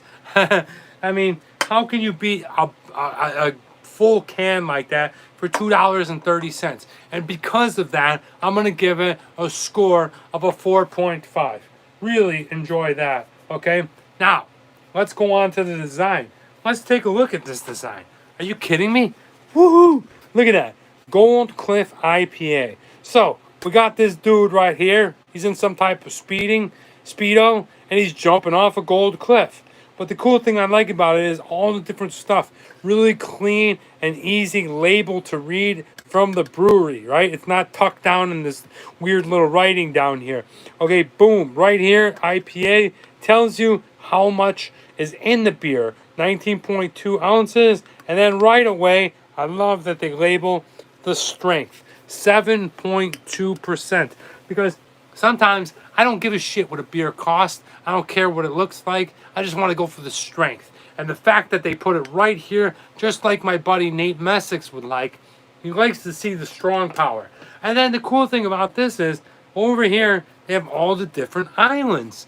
Check that out. So if you're not familiar with Hawaii, that is bitchin' right there. I love that. It tells you a little bit about Diver's Paradise. Really great can. It's got a lot of fun stuff going on to it. Much like the Bubble Farm IPA. Kind of looks like a little bit of a comic book. Really enjoying it. And that's why I'm going to give it a really good score. I'm going to give this score from the design of a 4.5. Wow, we're kicking ass right now. All right, accessibility. Now, I don't know how accessible it is in Africa. I don't know how accessible it is in Europe. I don't know how accessible it is in Asia. But here in California, it's super accessible. I'm sure you can get it all up and down the coast. I'm sure you can get it in Arizona, and I'm sure you can get it in Nevada. So, you know, it's not hard to get, not impossible to get, but not the easiest to get. Accessibility in terms of the West Coast, I think, is good. In terms of the East Coast, the flyover states, the South, not sure it's too good. Outside the United States, probably not too good. Frank, you're on the East Coast. Have you ever heard of Kona Brewing Company? Has it been around before? I don't know. You guys, are you seeing it in your supermarkets? When I was in Buffalo, I didn't see it. So I'm going off of that. Haven't seen it yet. Frank lives in Massachusetts, hasn't seen it. So therefore, I'm going to give it a little bit of a lower score. It's not as popular. But man, I'm telling you, when this thing blows up, it's going to get really good. Now, I'm able to get it anywhere I want to, especially here in California. But I'm going to go ahead and give it a score of a 3.0 on accessibility. Now, the TMD factor. The TMD factor is this. I've drinking a lot of Kona Beer Company. I've drinking this beer company plenty of times. Each and every time they come through, they're delicious. Absolutely great beers. I love this beer. The fact that I'm going to be going there this summer, it makes it even more appealing. And, you know, the thing I like about it is no matter if it's a Pilsner, if it's a lager, or if it's an IPA, Kona Brewing Company comes correct. They give you a really good product. And that's all you can ask for, right? I looked it up, the brewery stuff about it. Yeah, please do. They got good stuff, right? They're like, what's the one with Sculptin? They're like Ballast Point. They just produce a good product. But it's not accessible. And, well, this is the first time I've seen this. So I'm going to kind of put that into effect. But overall, I'm going to go back to it. So therefore, I'm going to give it a 3.5. A 3.5 score is a hell of a score for the TMD factor. Now, let's total this sucker up. I got the red Sharpie, and let's go ahead and get this guy what it deserves. All right, 449. All right, 13, 16. Whoa, okay, we have a tiebreaker. We have an 18.5. An 18.5 written down on the Kona. Now, that's the highest score we've ever had. That is it right there. We've had the highest tie, and that is the Kona. Okay, they couldn't break over that 18.5, but that's a hell of a score. And if you get a chance, please try this one out. I'm sure you're gonna love it. Now, moving on. Here we go. I wish yeah, it's that good. I wish I had like a little sign where I can hang this, but Frank, don't worry. I have the chalkboard. We're gonna do it. Let's get right into the second beer. And the second beer is brought to us by a company called Ballistic Brewing Company. It's a really small brewing company somewhere up in Northern California, and I can't even pronounce the name. It is called Indian Wells. Okay, we've had an Indian Wells different. I think last week was Indian Wells. Okay. We had another beer that was produced by Indian Wells. And guys, I am going to go ahead and show you what we're doing today. It is aimed to please, and it is the red ale called Gorgon. Look at that. Whoa. Medusa with some trippy glasses from, well, Burning Man action. Who knows? One thing I really like about it. Remember last week's beer? I absolutely loved the IPA, and it was by Indian Wells. They had the green cap. Now we have the red cap. We got the red can opener. Let's crack this sucker open. I'll introduce you guys to next week's video, and then we're gonna get right into this day in history. Trippy logo. Yeah, I like the logo. It's nice.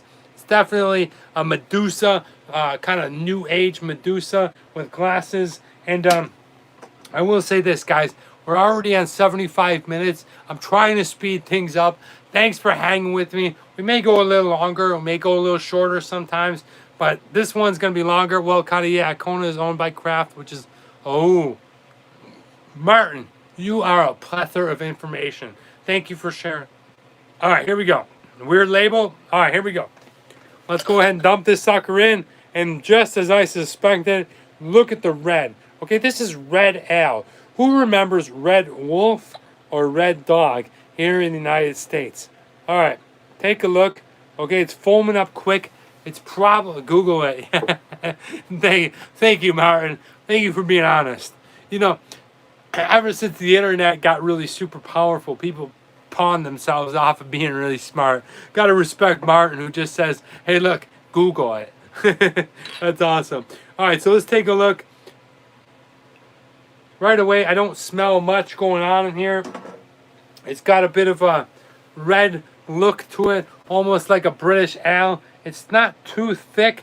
You can still kind of see through it. It's got quite a bit of a foam, but not super carbonated. I definitely like the look of this beer sitting in my beer glass. I like the foam. It's condensing down into beer. It's really not a bad look to it. We liked the last beer that was provided us by Indian Wells. And to be honest with you, it was probably my favorite IPA that I've ever drank on this show. It was just the perfect mix of IPA. And I went searching for it. That's how you know you really like it. When you go ahead and you go and look for it. Guys, let's go ahead and try out this Gorgon.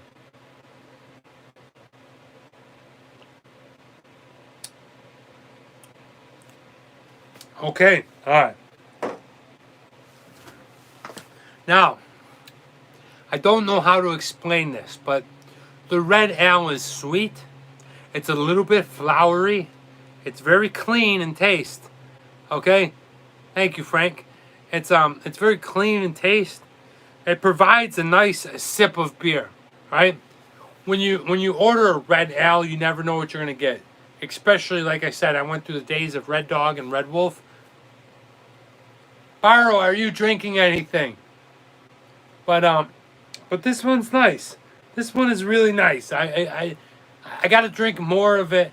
What I'm tasting on the first sip is a bit of a flowery flavor. But it does have that weird hint of malt going on into it. Not too complex. It's real basic in flavor. And really not a bad first sip. So, moving on from that, let's go into next week's video. Guys, if you've never checked this out, if you've never heard of this, I don't even think we have any of my hometown people. I don't know what the hell happened to any of my family. But guys, I'm talking about next week's video is the Food Friday video. And I'm taking you to Mighty Taco. Mighty Taco. Mighty Taco. Every place has its own... Oh, you're not a beer drinker? That's okay, Barrow. Maybe you're having a little wine or a little bit of tea. But Mighty Taco is very specific to Buffalo and Western New York. I think maybe they might have some locations in Rochester, New York, but it's the equivalency of our Taco Bell or Del Taco.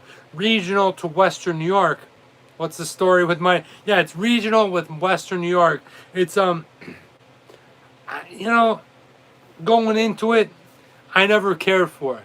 My friends would always be like, Mighty Taco. I would always choose Burger King or a sub, especially growing up. You know, I didn't really like it. To be honest with you, I don't like that weird kind of slap of Taco Bell, Del Taco ground beef.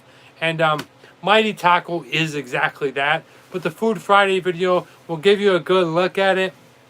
And it'll make an introduction of something local to Buffalo, New York. Because, thank you, Barrow. We like having you.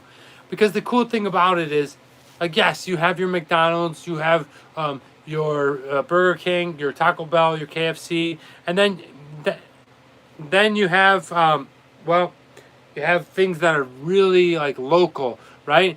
You have your things that are only in Boston or only in North Dakota.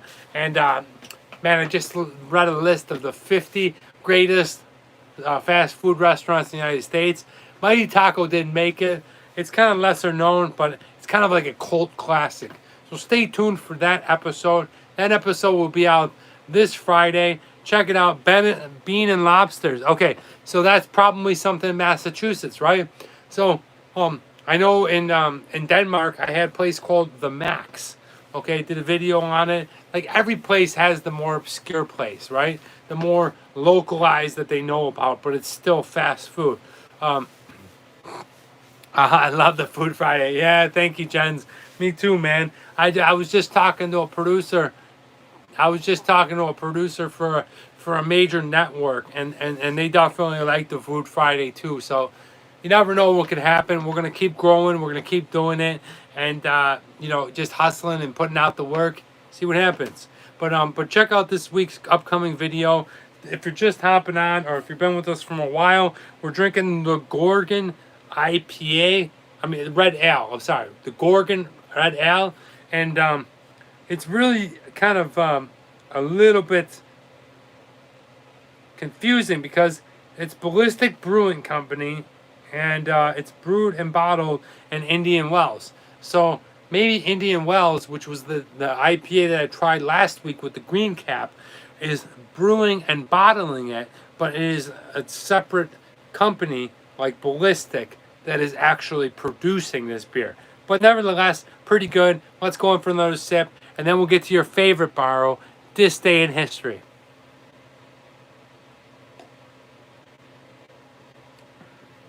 Yeah, that's tasty. That is really tasty. Red Ale. How do you explain it?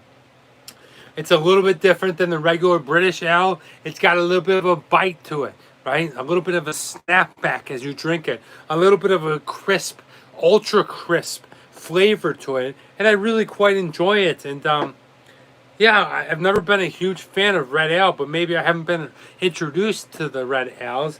And this one is really quite good. All right, now it's time to go to This Day in History. Brrr. Guys, if you know a history professor, if you can introduce me to somebody, please let me know. Because in 2 weeks, I'd love to split the screen and hand it over to him or her to go ahead and bring us this segment. Look, I'm not a history buff. I'm not a history teacher. I'm not a history professor. I'm a history buff. And I think it makes it fun to drop these little nuggets. But if we have a history professor, a real bona fide teacher, a real person that knows everything about that history, that studied it, we definitely appreciate it. So please, DM me in the Instagrams. I'm going to reach out because in the next couple weeks, we're rolling out. And I'd love to bring them on in this program. How you can sell it to them is, look, this is the show. Show them all the shit. Yeah, don't worry, Brendan. You're here. Welcome to the party. Have a good time. Thank you so much for joining us. If you can introduce me to somebody like that, I would really appreciate it. Show them a couple of the previous episodes. Let them know what they've been doing. I would just need them every Sunday around 11:20 or so. Every Sunday, just hop on for about 20 minutes. And I guarantee you, if they're good, they'll start to enjoy it. They'll look forward to it. And we'll all kind of gravitate towards that new personality. I'm going to drive the show, and I want to bring people in on it. Thank you so much, Brendan. But here we go. This Day in History on February 7th, 457. Barrow, thank you so much. You were doing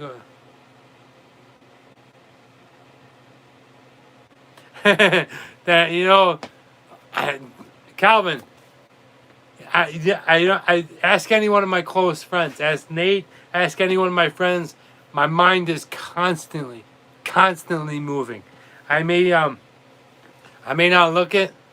I may look like a jabroni or like a goomba, but I promise you, man, I'm always trying to evaluate and how to get better, how to do the 1% better each time, and that is what I really want to do. But Calvin, I'd love to get you on for the show, and maybe you can do a show and tell episode one week.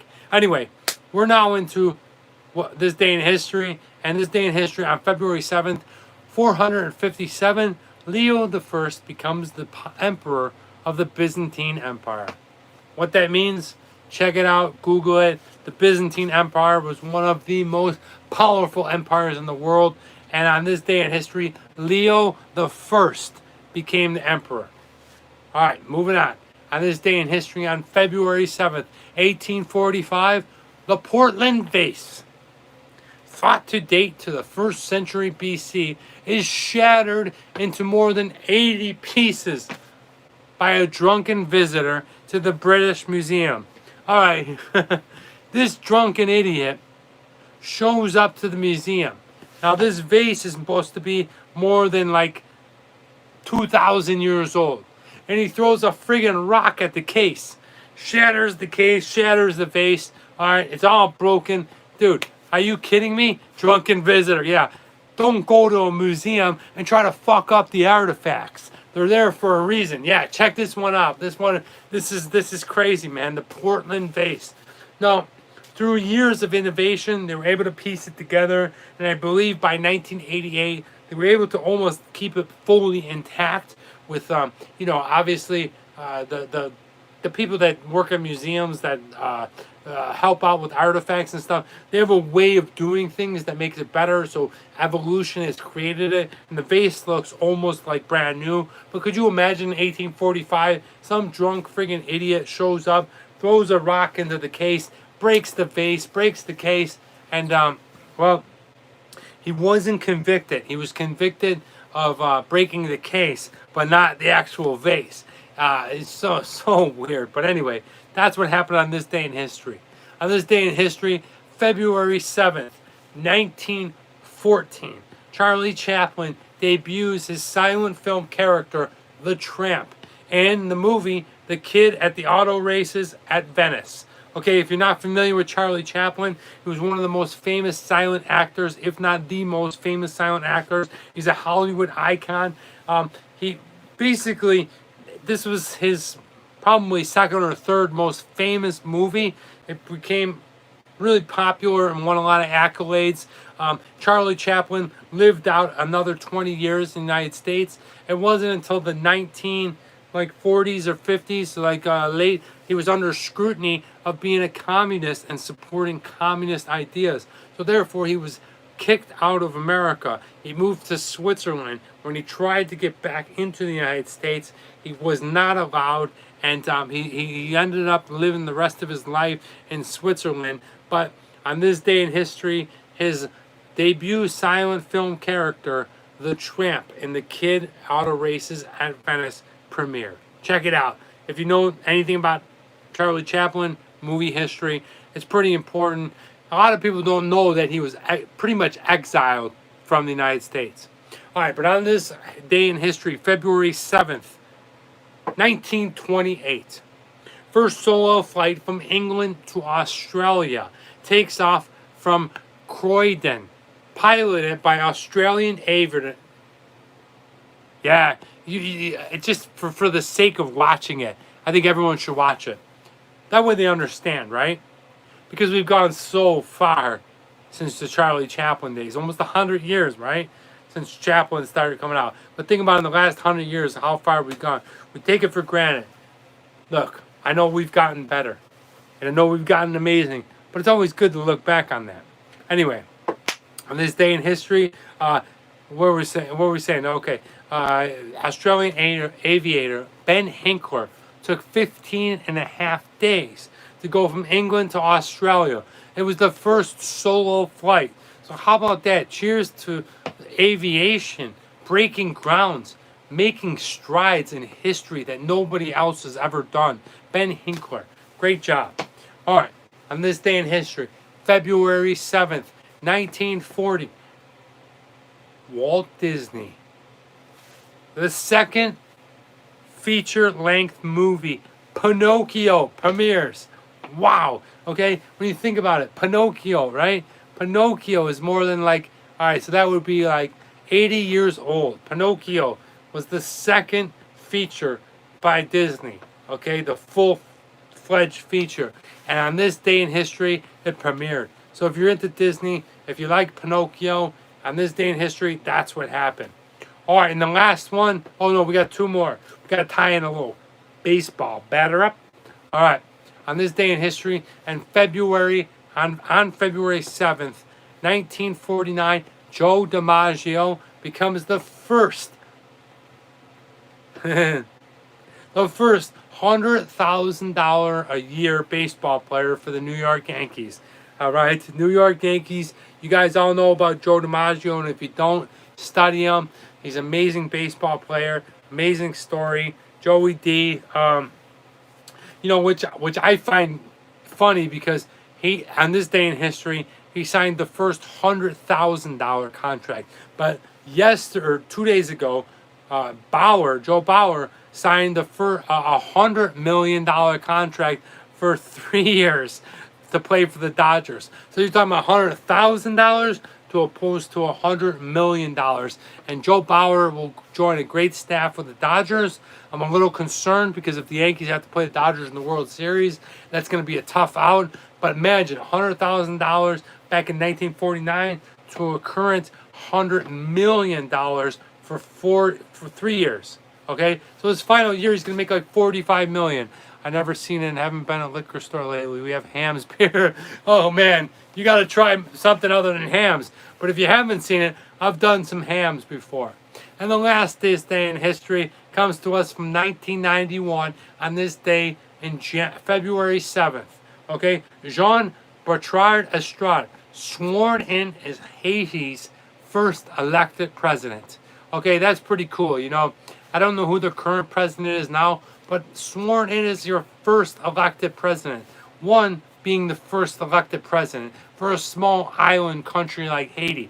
I got a great friend named Paul Jerome, perfect actor, director. Really love working with the guy, and he's Haitian. But being elected, which means maybe they had some kind of other governmental system that didn't allow their people to vote. So that's pretty cool. And on this day in history, 1991, Jean-Bertrand Estrade was now the very first elected president of Haiti. Thanks for joining me for this week in history. Guys, if you're just hopping on, I'll try to wrap this up in the next 15 minutes or so. We are cruising. We are drinking this one. It is the Gorgon Red Ale. It is delicious. I'm going to go ahead and slam this.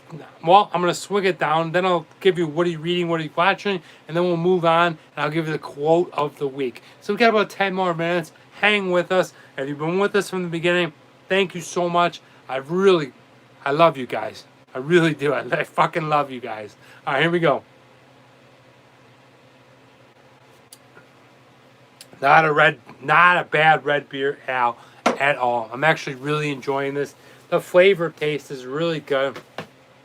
It's got that ale taste to it, but it's got another bit of, like them red, probably mentioned it, but who is winning tonight? Well, I don't know, Martin. I'm going to root for none of them. But if I had to see a winner, I'm going for Tampa Bay. Because if it wasn't for Kansas City, it'd be the Bills in Tampa Bay. And we'd kick the shit out of Brady. Anyway, whatever. Moving on. What are you reading? What are you watching? What are you reading? I'll tell you what I'm reading. I'm reading this. I go back to it a lot. It's a lot of fun. I love this book. It helps give me ideas all around the world of what I want to shoot the Travel Man Dan show on. It is called the Atlas Obscura. It's all these obscure, weird things. Like, let me just go ahead and point out a couple of quick, real fun things. Like this thing right here. Look at this. In Italy, they have a tree cathedral. Look at that thing. All right. It's starting to grow, and it looks like a cathedral. Pretty cool. Lots of fun little stuff going on in this book. All right. What else do we got? All right, we have the World of Ice Giants. Okay, somewhere in Norway or Scandinavia, we have all these cool ice that are inside of a cave. And then here in the United States, check this out. Bet you never knew this.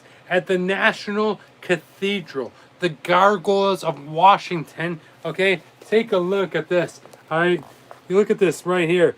There's gargoyles, but take a really good look at that. That is the Sith leader, Darth Vader. So lots of fun. I like to go ahead and get good ideas about what I want to film, especially here in the United States, maybe in Europe, maybe some off the beaten trails. Like I definitely like to go ahead and do Travel Man Dan at your Eiffel Towers, at your Niagara Falls, at your Roman Colosseums, but definitely more than that, I like to go to the more obscure things. And this book was given to me by a friend, Atlas Obscura. This is what I'm reading. It's a lot of fun. What am I watching? I just finished The Boys Season 2 on Amazon. Watching another round starting with Matt. Cool, gents. I'm going to go back and check that out. I definitely like some foreign films. But I just finished Season 2 of The Boys. It's on Amazon. I don't know if you guys have seen that. It's about superheroes not being so super when they think they're super. Man, awesome. Fucking awesome. Perfect cast. Perfect. The story starts with the writer. And it comes from the comic book. The Boys. But if you haven't seen it on Amazon, I will tell you this without spoiling it. It's very graphic. It's very violent. So if that's not your thing, don't check it out. Yeah, Martin, you know what's up. And both seasons are phenomenal. I haven't read the comic books. I'm inspired now to read them. But yeah, just a great series. I think I'm reading Stress last. Oh, nice. I like that, Brendan. I like that. That's like it's not like one of those motivational, but good like self-help books. But it is. But that's it, man. Ozark, I heard that Ozark's good. But I like that you're reading. Continue it, Brendan. Continue each and every day. If you read 3 pages, that's reading, right? Rather than being some kind of schmuck, scrolling through, looking what other people are doing, so that it's fucking you up in the head and it's making your heart feel weird and these weird emotions. Read some actual literature and decide for yourself and grow off of that. I guarantee you're going to absolutely be a changed person. Put in the work. It's not easy. It takes a little bit of time, right, to set in. It's not like, okay, I read a couple pages of this book today, I'm free. No, it might take months upon years, probably.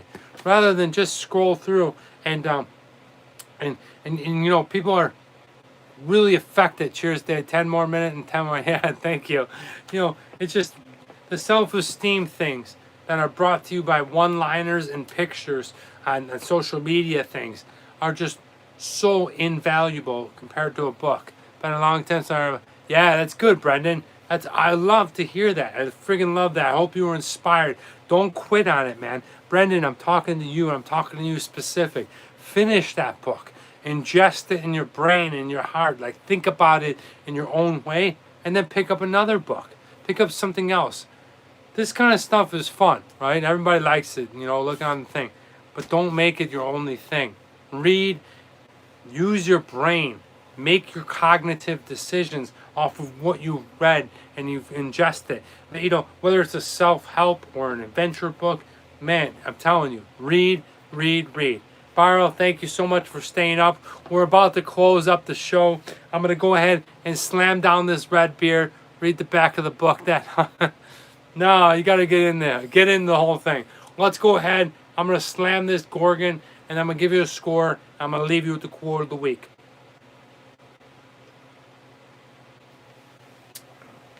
Oh, love it. Absolutely love it. It's got a snappy flavor. Really, really tasty. Guys, I'm gonna get right into it, okay? We're gonna be going ahead and scoring the Gorgon Ale, and just like Indian Wells did last time, I think they really came through.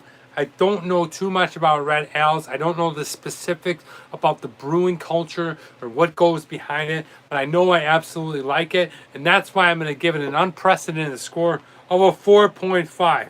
Definitely going to seek it out. If you see Gorgon, Check it out. Drink it. It's delicious. Definitely like the coldness of it. The price, I gotta be honest with you, I don't know. It was given to me by a friend. I don't know how much this cost per bottle. I don't know how much it was cost per 6-pack. It was given to me by my co-worker, Christy, who I absolutely love. Thank you, Jornatek. How about it, huh? Hey, Jornatek. Hey, how you doing, huh? Thank you so much. But I don't know how much it was. It was a gift. So, unfortunately, that's going to bring the score down. Let's say on a gift, if it's a gift and we don't know the price, because it was given into like a packet of beers of the world, and it was given to me by a friend of mine that I work with, Christy. She gave me 8 beers. This was one of them. I don't know how to score it. Maybe free is a good score. Free is a good score. Martin, you answered it. So, should free be, guys, I'm asking you guys, a full 5? Okay, I was going to say, is it a 4.5 or is it a 5? But it was free. Guys, let me know, 4.5 or 5. If a beer is given to you, what should I score it? I need a little help. I need a little help. Tell me. Just tell me, 4.5 or 5. I know, 11. Thank you so much. We're rolling on to 100 minutes. Thank you, Jornatek. Guys, maybe record it as free.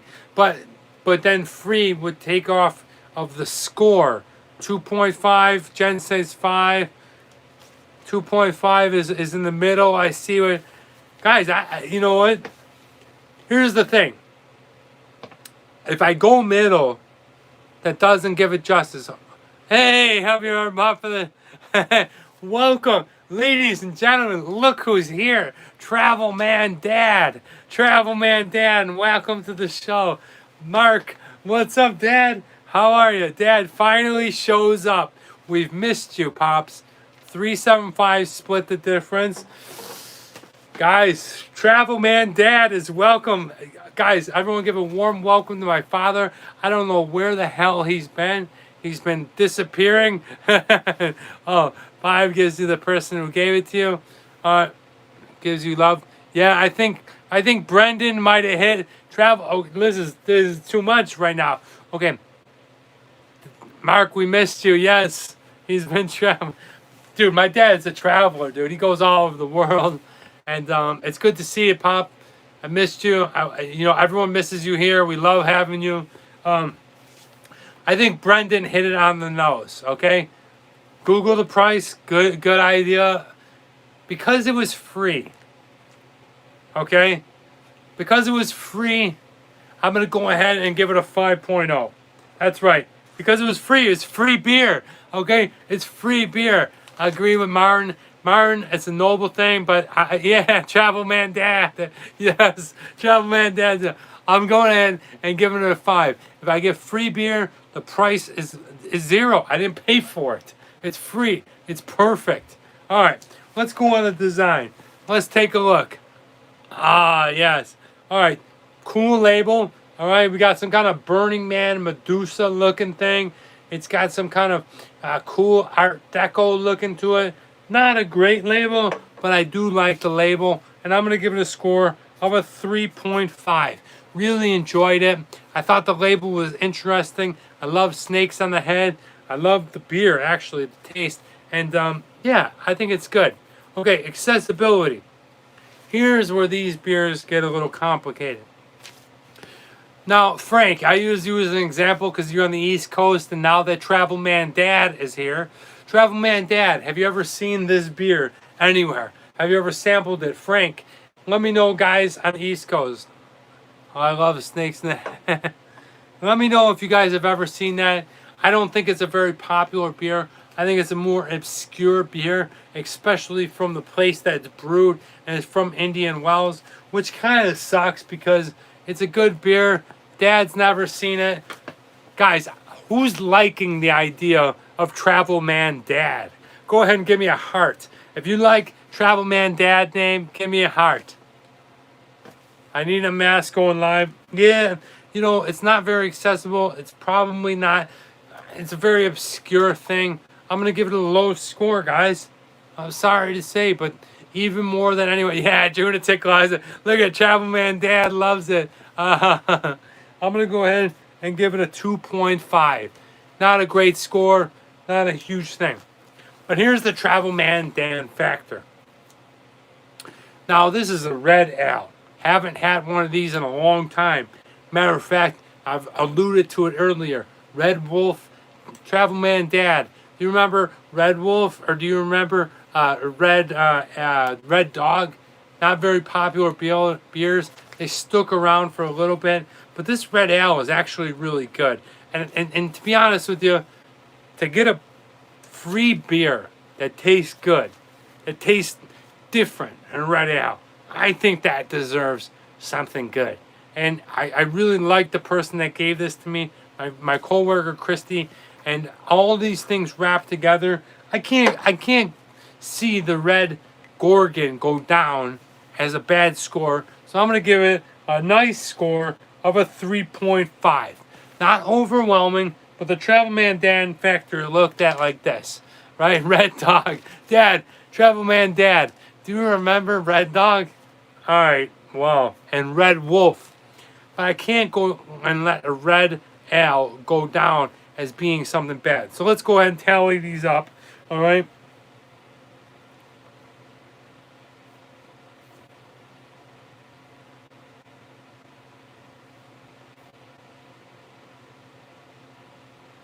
Oh my, ladies and gentlemen.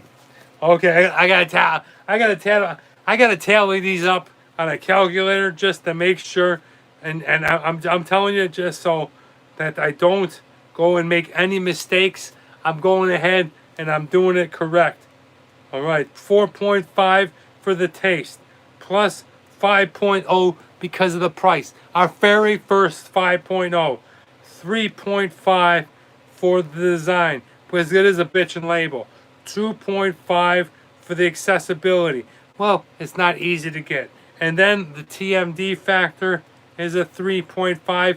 And ladies and gentlemen, people around the world who actually watch my show, thank you so much. Holy cow, we have a winner. We have an all-time high.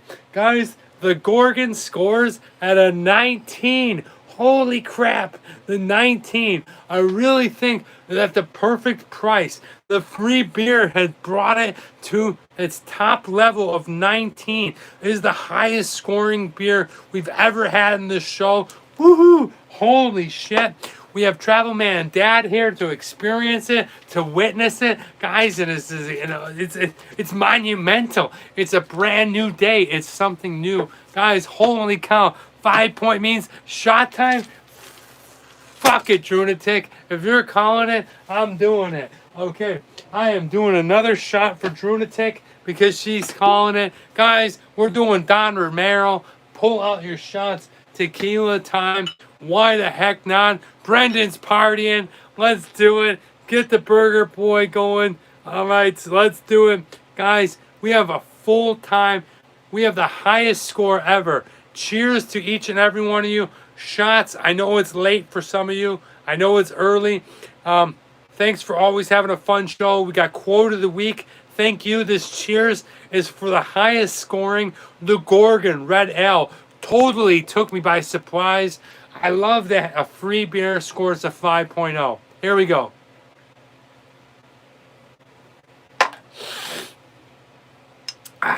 Wow. Nothing like a good tequila. I'm pumped. All right, now it's time to get into the quote of the week, guys. We had our scores. This Kona Brewing Company Gold Cliff IPA was an 18.5. It flirted with the great score, but out of nowhere, the Gorgon had a 19. Cheers to you, Martin. I'm looking at your jersey right now, buddy.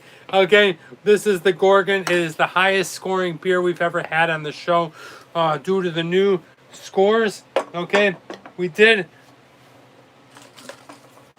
all the bitchin' bottle caps for the show and tell, and now I'm gonna leave you guys with this. All right, here's the quote of the week, and it is no specific quote. I don't know where this comes from. This says like this: strive for progress, not for perfection. Okay? And this is so clutch to whatever you're doing. Now, whether you're a creative, an artist, okay? Argue about the free beer scores. No argument. It's done, freak. It's free. What's better than free? It's 5.0. It was given to me. I didn't pay anything for it. I love it. All right.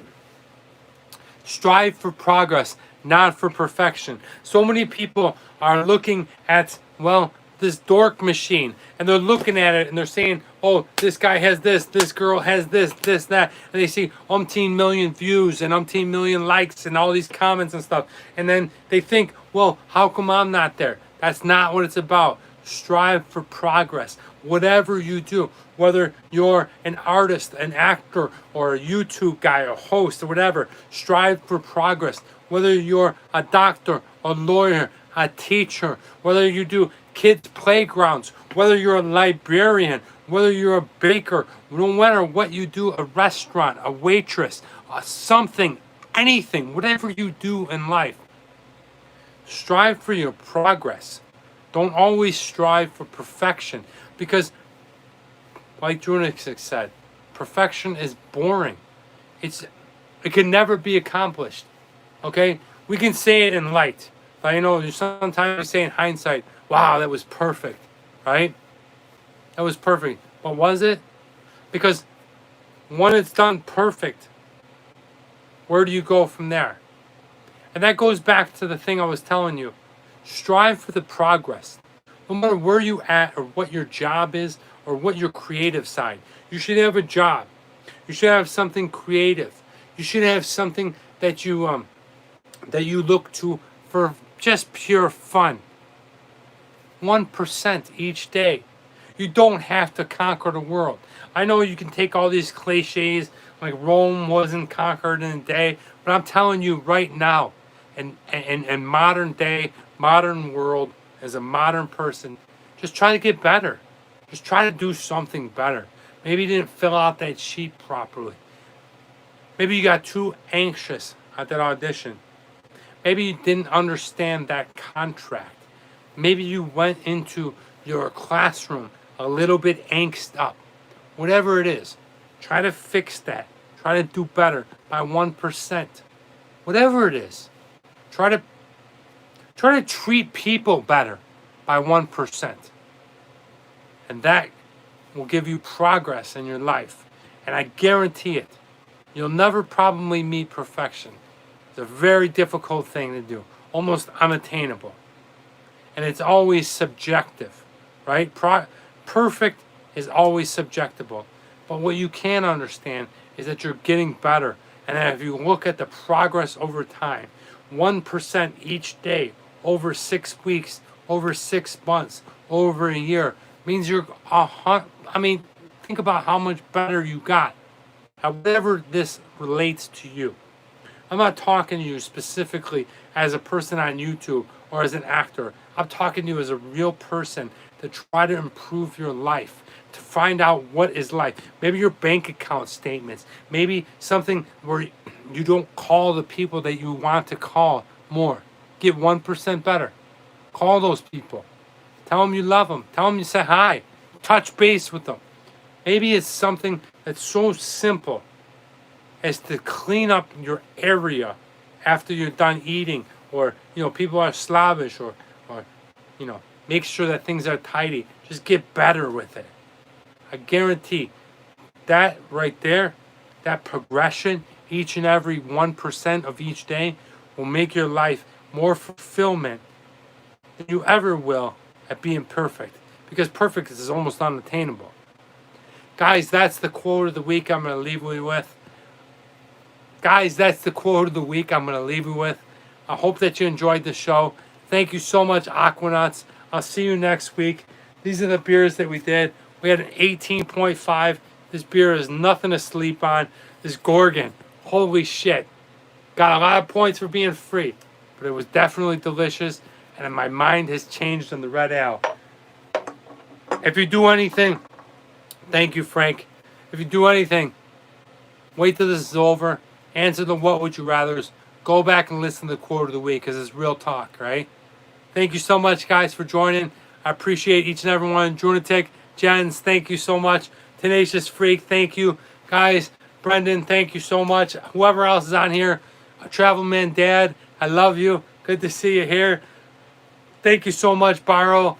Barrow, things are going to get better, buddy.